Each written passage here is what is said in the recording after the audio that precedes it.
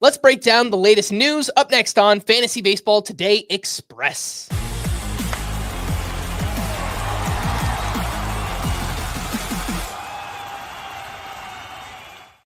Welcome into FBT Express on Friday, January 10th. I am Frank Stampfl, joined by Scott White, and let's take a look at the latest news and notes. The Nationals signed Amed Rosario to a one-year, $2 million deal.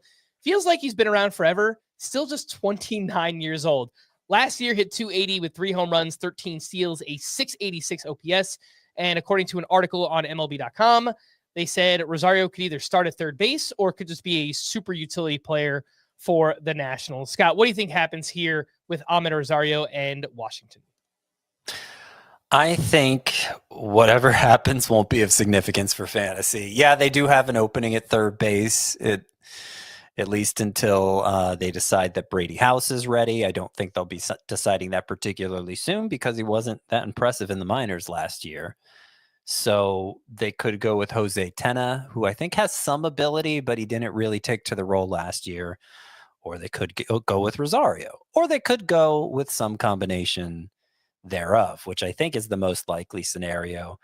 It's strange. Amed Rosario, his first couple years in Cleveland were pretty solid. In fact, he was a 4-win player in 2022, according to Baseball Reference. But then suddenly the league decided he wasn't a starting caliber player anymore. He hasn't really been a full-timer since then, and he's bounced around a bit.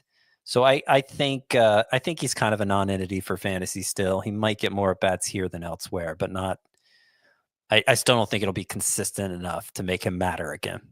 I think the biggest storyline is just do not let him be a platoon partner with Luis Garcia, because we want Luis Garcia to get everyday at-bats, play against lefties, play against righties, but I don't think that will happen. I think Amed Rosario will either be a short side platoon at third or maybe even just starts at third base, as you mentioned. The White Sox signed Martin Perez to a 1-year, $3.5 million deal. And outside of that outlier 2022, routinely in the mid-4s in the ERAs. I don't think there's nothing to say about Martin Perez, Scott, rather than just stream all of your hitters against the White Sox pitchers this season, because their current rotation is Martin Perez, Jonathan Cannon, Davis Martin, Sean Burke, Bryce Wilson, Drew Thorpe. I don't know. Take your pick. They probably lost their best pitcher, Mike Soroka, to the Nationals. He signed with the Nationals. He might have been their ace otherwise, because he showed some good signs down the stretch.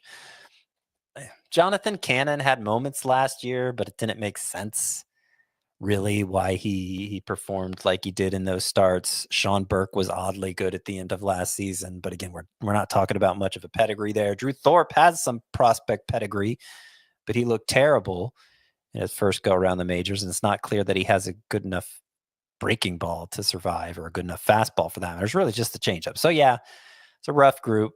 Martin Perez, if he signed with the Yankees, I probably wouldn't have interest in him in fantasy, but he signed with the White Sox, so definitely not. Yeah. A storyline we were paying attention to early in the offseason was Griffin Jax, because there were some talks that he could become a starting pitcher for the Minnesota Twins. Turns out he will remain in the bullpen for now. He will not move to the rotation. And what that means for fantasy is strong ratios, strikeouts. If you play in a league that uses holds, I think Griffin Jax will have value there as well. But in standard mixed leagues with saves, probably not. The current rotation for the Twins is Pablo Lopez, Bailey Ober, Joe Ryan, and then some combination of Simeon Woods Richardson, Chris Paddock, David Festa, Zebby Matthews. So it's a pretty good rotation. They didn't really need Griffin Jax, I guess. Yeah, I'd be more interested in him as their fifth starter, as their fourth starter than any of the rest of this group. But David Festa has some strikeout abilities. Zebby Matthews was awesome in the minors last year. There's some upside. Chris Paddock, I don't know that we've totally given up on him yet. There's some upside. And so that's opportunities for other pitchers with Griffin Jax not getting that opportunity. What this does mean, unfortunately, though, is Griffin Jax is still in the bullpen to potentially interfere with Yohan Duran's save total, because he was the thorn in the side of Duran. People who invested in Duran last year Rocco Baldelli, not the most committed to traditional bullpen roles. Duran lost a little velocity, became more hittable last year. Jax was the better reliever, frankly. And I don't see him overtaking Duran, but I do think he'll continue to interfere. All right, let's take a quick break. We'll be back right after this.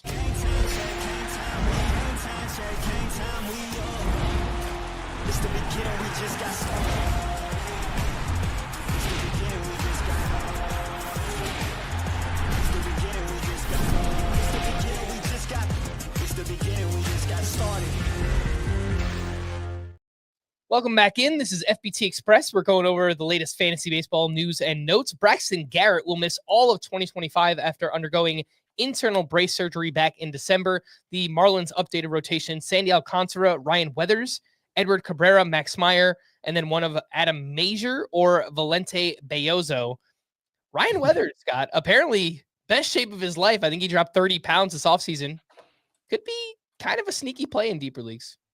Yeah, remember he had got a lot of hype in spring training, then got off to a rough start, but he started to put it together right before missing a long stretch of the season, a couple months with an injury, but came back and still looked good. His final 8 starts, his final, I can't tell how many starts this is. 8 starts. Baseball Reference is blowing up on me now. It's not going to work, but the numbers were good over his final 8 starts before and after the injury.